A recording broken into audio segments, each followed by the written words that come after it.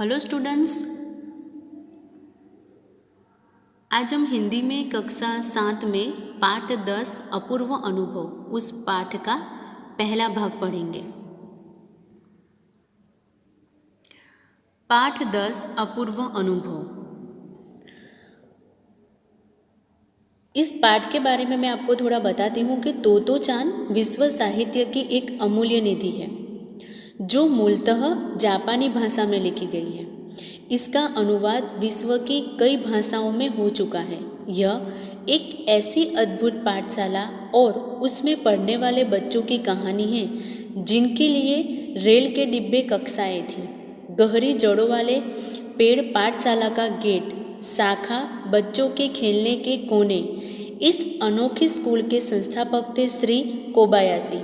लेखिका स्वयं इस स्कूल की छात्रा थी। उन्हीं के बचपन के अनुभवों पर आधारित है पुस्तक तोतो चान का यह अंश है अपूर्व अनुभव।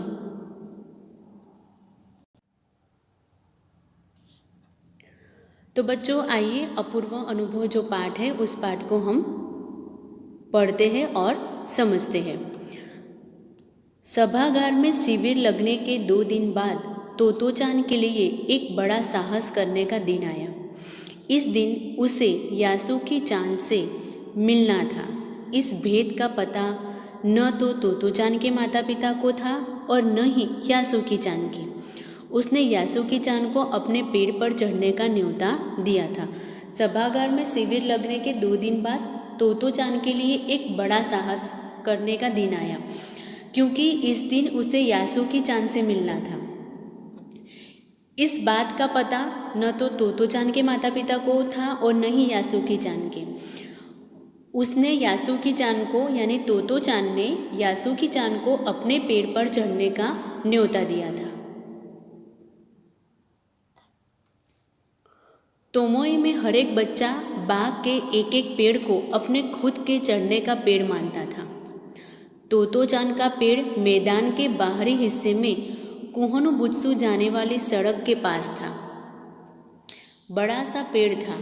उसका चढ़ने जाओ तो पैर फिसल फिसल जाते, पर ठीक से चढ़ने पर जमीन से कोई 6 फुट की ऊंचाई पर एक द्विशाखा तक पहुंचा जा सकता था। बिल्कुल किसी झूले सी आरामदेह जगह थी यह। अब तोमो में हर एक बच्चा बाग के एक एक पेड़ को अपने खुद के चढ़ने का पेड़ मानता था। तोतो चान का जो पेड़ था वो मैदान के बाहरी हिस्से में सड़क के पास था और वो बड़ा सा पेड़ था और चढ़ने जाओ तो उससे क्या हो जाता, पेड़ फिसल जाता था। पर ठीक से चढ़ने पर जमीन से कुछ 6 फुट की ऊंचाई पर एक द्विशाखा तक पहुंचा जा सकता था और बिल्कुल किसी झूले से आरामदेह जगह थी वो। तोतो चान अक्सर खाने की छुट्टी के समय या स्कूल के बाद ऊपर चढ़ी मिलती।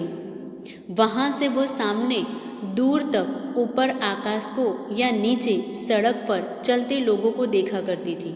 यानी कि तोतो चान ऊपर चढ़ी मिलती थी और वहाँ से वो क्या करती थी, दूर तक ऊपर आकाश को या नीचे सड़क पर जो लोग चलते थे उन लोगों को ऊपर से बैठकर वो देखा करती थी।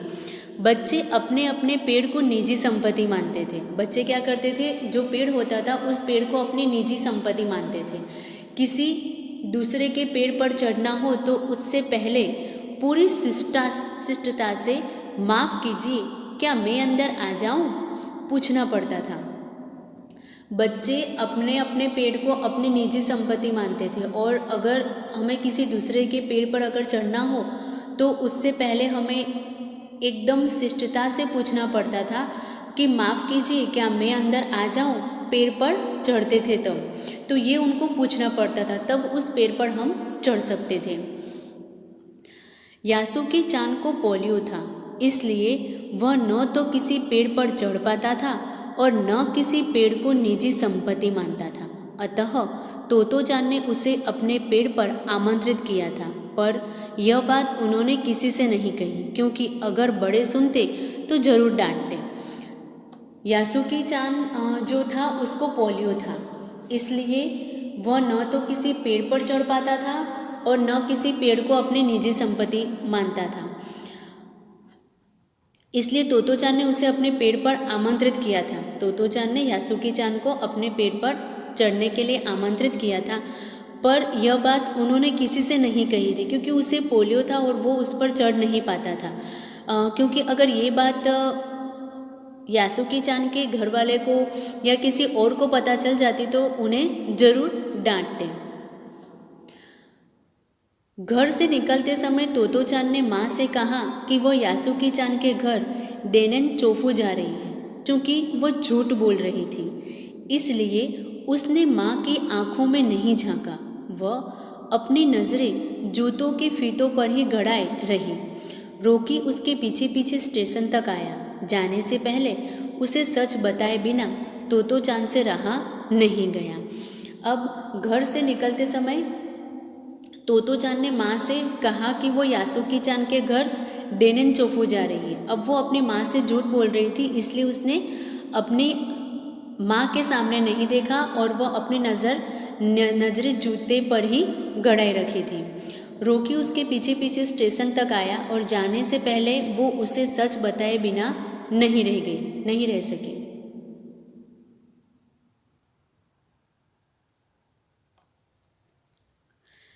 मैं यासुकी-चान को अपने पेड़ पर चढ़ने देने वाली हूँ, उसने बताया। जब तोतोचान स्कूल पहुँची तो रेल पास उसके गले के आसपास हवा में उड़ रहा था। यासुकी-चान उसे मैदान में क्यारियों के पास मिला। गर्मी की छुट्टियों के कारण सब सूना पड़ा था। यासुकी-चान उससे कुल जमा 1 ही वर्ष बड़ा था, पर तोतोचान को वह अपने से बहुत बड़ा लगता था। जैसे ही यासुकी-चान ने तोतोचान को देखा, वह पैर घसीटता हुआ उसकी ओर बढ़ा। उसके हाथ अपनी चाल को स्थिर करने के लिए दोनों ओर फैले हुए थे। तोतोचान उत्तेजित थी। वे दोनों आज कुछ ऐसा करने वाले थे जिसका भेद किसी को भी पता न था। वह उल्लास में ठिठियाकर हंसने लगी। यासुकी-चान भी हंसने लगा। अब उसने बता ही दिया कि यासुकी-चान को मैं पेड़ पर चढ़ने देने वाली हूँ। अब यासुकी-चान उसे मैदान के क्यारियों के पास मिला और गर्मी की छुट्टियाँ थी, इसलिए सब सूना था वहाँ पर। और यासुकी-चान तोतोचान से 1 वर्ष बड़ा था, पर तोतोचान को वो अपने से बहुत बड़ा लगता था। अब जैसे ही यासुकी-चान ने तोतोचान को देखा तो वो पैर घसीटता हुआ उसकी ओर बढ़ा। वो लोग आज कुछ ऐसा करने वाले थे जिसका भेद किसी को भी पता न था, ये बात किसी को पता नहीं थी कि वो यासुकी-चान को पेड़ पर चढ़ाने वाली है।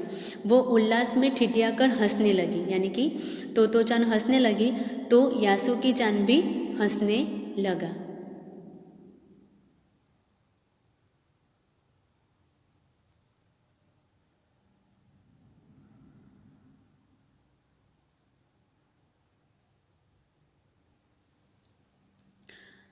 तोतोचान यासुकी-चान को अपने पेड़ की ओर ले गई और उसके बाद वह तुरंत चौकीदार के छप्पर की ओर भागी। अब तोतोचान यासुकी-चान को अपने पेड़ की ओर ले गई और उसके बाद वो कहाँ गई? चौकीदार के छप्पर की ओर भागी, जैसा उसने रात को ही तय कर लिया था। वहाँ से वह एक सीढ़ी घसीटती हुई लाई। उसे तने के सहारे ऐसे लगाया जिससे वह द्विशाखा तक पहुँच जाए। अब तोतोचान ने यासुकी-चान को अपने पेड़ के पास ले गई, यानी उसकी ओर ले गई, पेड़ की ओर, और उसके बाद वह चौकीदार की छप्पर की तरफ भागी, जैसा कि उसने सब सोच के ही पहले रात को ही तय कर लिया था। तो वहाँ से वो घसीटती हुई क्या लाई? एक सीढ़ी लाई। उसे तने के सहारे ऐसे लगाया, यानी उस सीढ़ी को उसने तने के सहारे ऐसे लगाया जिससे वह द्विशाखा तक पहुँच जाए। वह कुर्सी से ऊपर चढ़ी और सीढ़ी के किनारे को पकड़ लिया। वह कुर्सी से ऊपर चढ़ गई और सीढ़ी के किनारे को पकड़ लिया। तब उसने पुकारा, ठीक है, अब ऊपर चढ़ने की कोशिश करो। अब यहाँ पर तोतो चान यासुकी चान को पेड़ पर चढ़ाने की कोशिश कर रही थी और यासुकी चान को पोलियो था, जिस वजह से वो पेड़ पर चढ़ नहीं पा रहा था।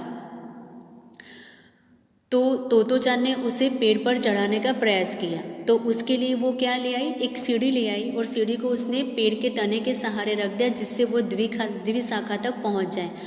और उसके बाद वो खुद एक कुर्सी लेकर आई और उसके ऊपर चढ़कर वो पेड़ पर उसने सीढ़ी को पकड़ लिया और उसने सीढ़ी के किनारे को पकड़ लिया और फिर सीढ़ी के किनारे को पकड़कर वो यासुकी चान को पुकार रही होती है कि अब ऊपर चढ़ने की तुम कोशिश करो।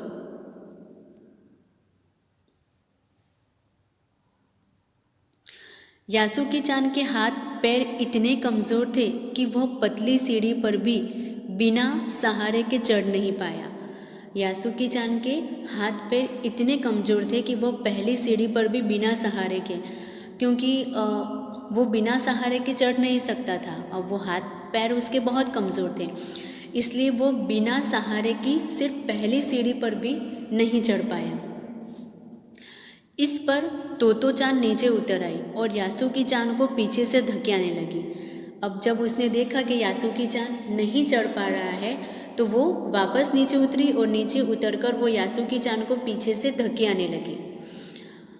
पर तोतो चान थी छोटी और नाजुक सी, इससे अधिक सहायता क्या कर दी। अब तोतो चान थी भी छोटी और नाजुक सी थी, अब इससे ज़्यादा सहायता, इससे ज़्यादा मदद वो कर भी क्या सकती थी। यासुकी चान ने अपना पैर सीढ़ी पर से हटा लिया और हताशा से सिर झुकाकर खड़ा हो गया। अब यासुकी चान पहले तो वो नहीं चढ़ पाया बिना सहारे, तो तोतो चान ने आकर उसे पीछे से थोड़ा सा धक्का दिया ताकि वो ऊपर चढ़ पाए, लेकिन तोतो चान छोटी थी और नाजुक सी थी और इससे ज़्यादा मदद वो कर भी क्या कर सकती थी। तो यासुकी चान ने क्या किया, अपना पैर सीढ़ी पर से हटा लिया और हताशा से सिर झुकाकर खड़ा हो गया। यानी उसे ऐसा लगा कि वो अब इस पर नहीं चढ़ पाएगा, तो वो उदास हो गया और हताशा से सिर झुकाकर वो वहाँ पर खड़ा रह गया। तोतो चान को पहली बार लगा कि काम उतना आसान नहीं है जितना वो सोच बैठी थी। अब तोतो चान ने उसे आमंत्रित तो कर लिया था, चढ़ाने का उसने प्रयास तो वो ऐसे ही मन में कर लिया था, लेकिन उसे ये नहीं पता था कि ये काम कितना मुश्किल है।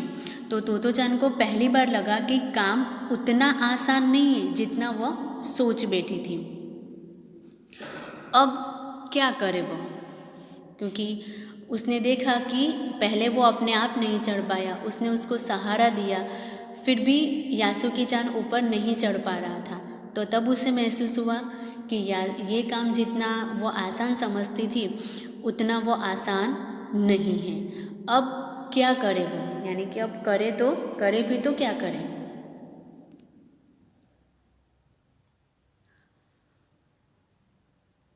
तो बस बच्चों, आज के लिए हम इतना ही देखेंगे। इस पाठ का जो दूसरा हिस्सा है वो हम नेक्स्ट वीडियो के अंदर देखेंगे। Thank you.